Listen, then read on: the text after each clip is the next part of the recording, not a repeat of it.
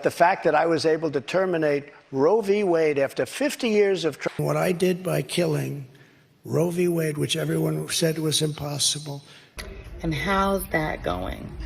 Last night, voters across the country sent a very clear message. In Ohio, voters enshrined reproductive freedom in their state's constitution, protecting their right for an abortion, miscarriage care, birth control, okay? Voters in Virginia delivered Democrats the majority in the General Assembly, the House of Delegates, and the state Senate, effectively blocking a 15-week abortion ban that Governor Youngkin all but promised was definitely coming. It seems to me that extremism is not popular in the United States of America, that people want their freedoms, and when that is communicated effectively to the voters, they go out and they vote in protection of their freedoms.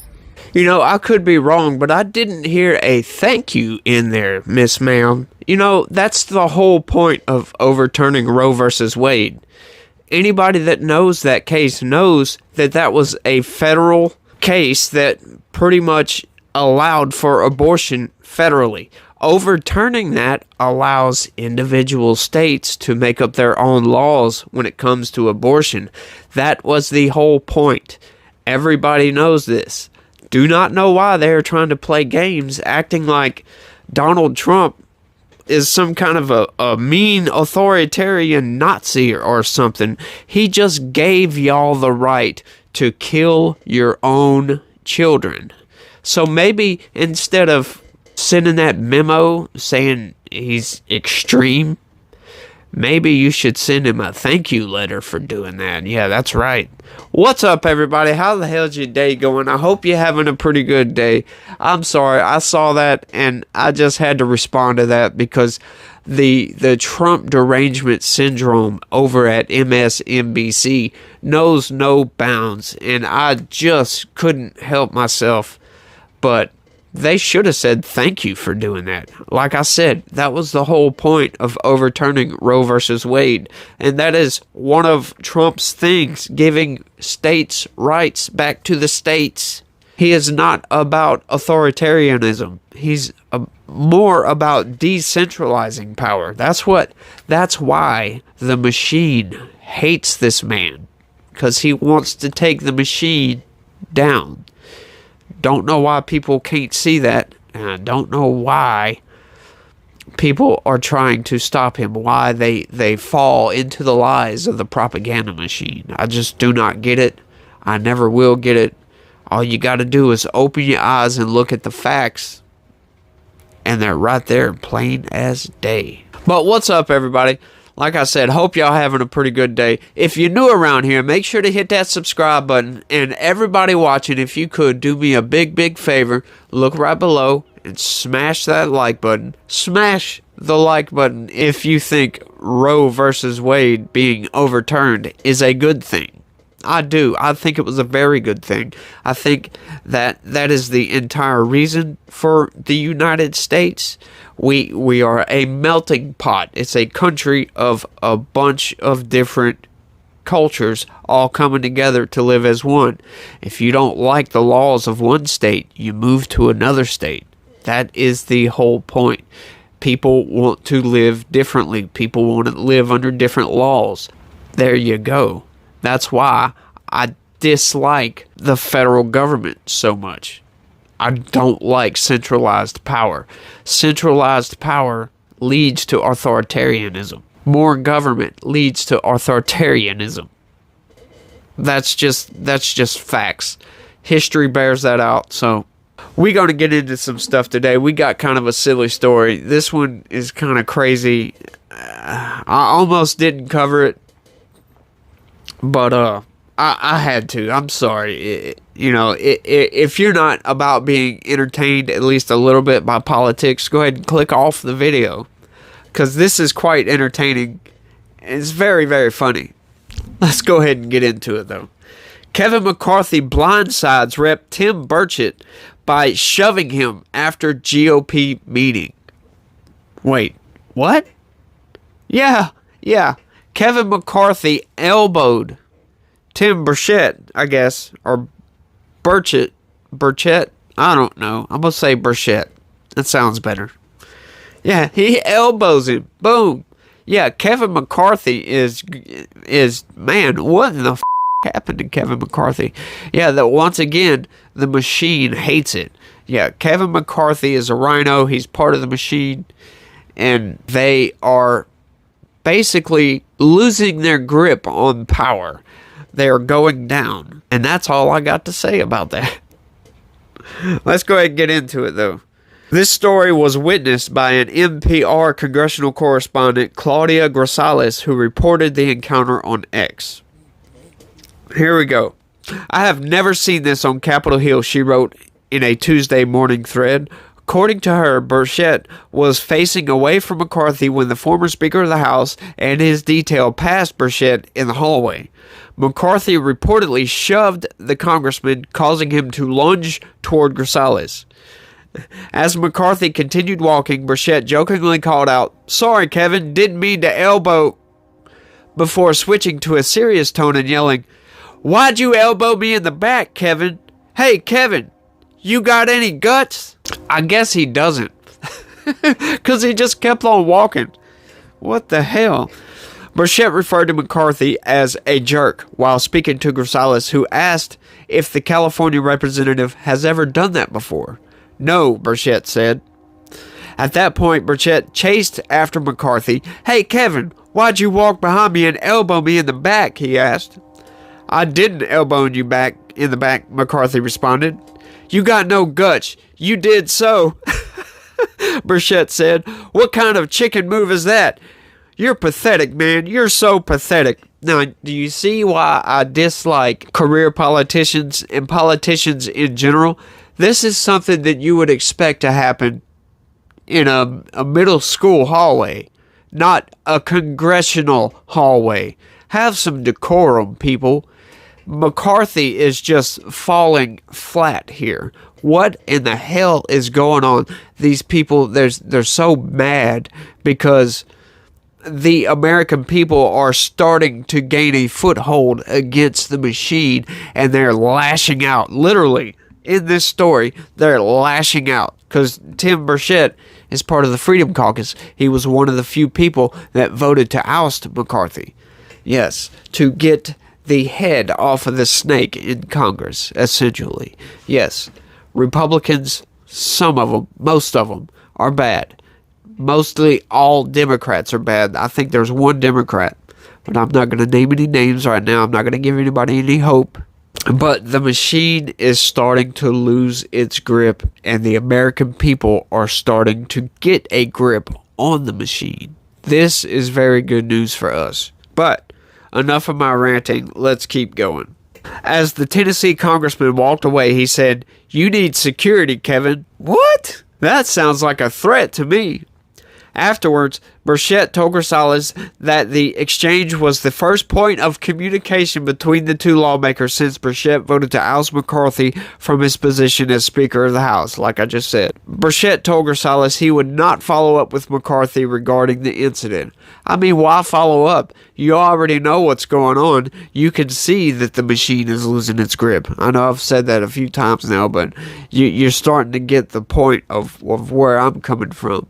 The establishment politician is no longer in charge. We need to get those people out because we're tired of like this omnibus bullshit that's been going on for years. We need to get spending under control. We need to get our foreign policy under control.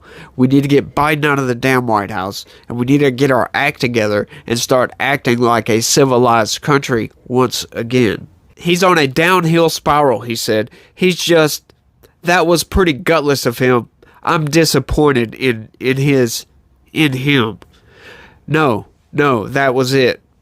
That's it, he added, reiterating that he hadn't spoke to the former speaker since his ousting. He got $17 million to work against me, and he should have kept his word. I think that just showed what he's about, and it's unfortunate. Now, if you think that I was kind of just tripping over my words right there, no, that's just how it was wrote out. They wrote it out verbatim, how he said it, and he was, I guess, tripping over his words, so they wrote it out tripping over his words. You can see it. It's right there. Burchett provided a similar account to CNN, adding, McCarthy's the type of guy that when you're a kid would throw a rock over the fence and run home and hide behind its mama's skirt. Oh, he called him an it. You see that? He's the type of guy when you're a kid would throw a rock over the fence and run home and hide behind its mama's skirt. So now Kevin McCarthy, breaking news, folks. You only hear it here on Legitimate Response. Breaking news. Kevin McCarthy is not a man, is not a woman. Kevin McCarthy identifies as an it. I guess his pronouns are it, that. Yeah, we'll go with that. That's not the way we handle things in East Tennessee. If we have a problem with somebody, I'm going to look them in the eye. Michael Grider, Burchett's chief of staff, confirmed to Timcast News that Grisales' reporting was accurate, but declined to comment further. Grider deferred to the details provided by Grisales on X. A staff member at McCarthy's Washington, D.C. office declined to comment on the incident. This report will be updated when there is a comment. McCarthy, who is the first person to be removed as Speaker of the House in U.S. history, recently commented on whether or not he will pursue re-election in 2024. I got the holidays. I'll talk to my family about the ideas of what to do going forward, and then I'll make a decision, McCarthy said. Yes, McCarthy, you need to go bye-bye. We don't want you here anymore. We need establishment career politicians to go away. We don't want you no more. We need people like Matt Gaetz. We need people like Chip Roy. We need people like Mike Johnson. That's right, new Speaker of the House. Which, by the way, if you didn't know, the Freedom Caucus currently is not backing Mike Johnson's laddered CR, which, hey, I can get down with that too. I think the laddered CR was a very interesting approach. If you don't know what the laddered CR is, I got a video I made on it from Sunday. Go check that video out. And, I give all the information on that there. It's a very interesting approach. The only problem with it is there's no spending cuts. There's nothing in it for the border, but we need to separate all this stuff. We don't need to add border funding and Israel funding and all this funding on appropriations. Appropriations should be separate. We don't need, government funding with giving money out to other shit. You know what I mean? But yeah, so the Freedom Caucus is not officially backing it up. The person that actually came up with the laddered CR, continuing resolution, was a Freedom Caucus member. So I guess there's a little bit of back and forth on that. We'll see how it goes when it comes time to vote on it, which I think they're going to be voting on that pretty soon. I'll have to recheck I'll give you guys an update whenever there is an update on it. But so far as I can tell, the Freedom Caucus isn't backing it. So with that being said, that means that Mike Johnson is going to have to get some Democrats to actually vote for this laddered CR, which it appears he's going to be able to do, which kind of isn't a good thing. That's exactly what happened when Kevin McCarthy, the back elbow guy, got ousted. But, however, Kevin McCarthy had been in his speaker position for a while, and he ignored his promises. I don't know, I haven't heard of any promises that Johnson made on doing these appropriations, but it appears that right now he's trying to do everything he can to keep the government going. So I'm not going to put too much pressure on him myself. I understand what the Freedom Caucus is doing. The Freedom Caucus, those congressmen and women have to answer to their constituents. People like me and people like you. Shit, you could be one of their constituents. So the fact that they're doing this means that they're not getting paid by a lobby interest or some PAC money or any shit like that. That means that they're doing their damn job.